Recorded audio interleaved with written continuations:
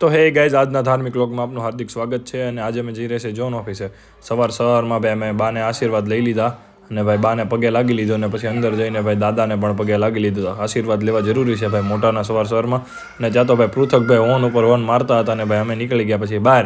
અને હું ને પૃથકભાઈ જઈ રહ્યા છીએ આજે ભાઈ પૃથકભાઈનું મેરેજ સર્ટિફિકેટ લેવા. અને કેમ કે ભાઈ એનું ભાઈ મેરેજ સર્ટિફિકેટ લેવું પડે ને, યોગી ચોક ઊભા રહી ગયા અમે સિગ્નલમાં. ભાઈ પૃથકભાઈને આજે મેરેજ સર્ટિફિકેટ લેવા જવાનું હતું એટલે ભાઈ ફોર્મમાં હતા અને ભાઈ મસ્તી કરતાં કરતાં પહોંચી ગયા જોન ઓફિસે.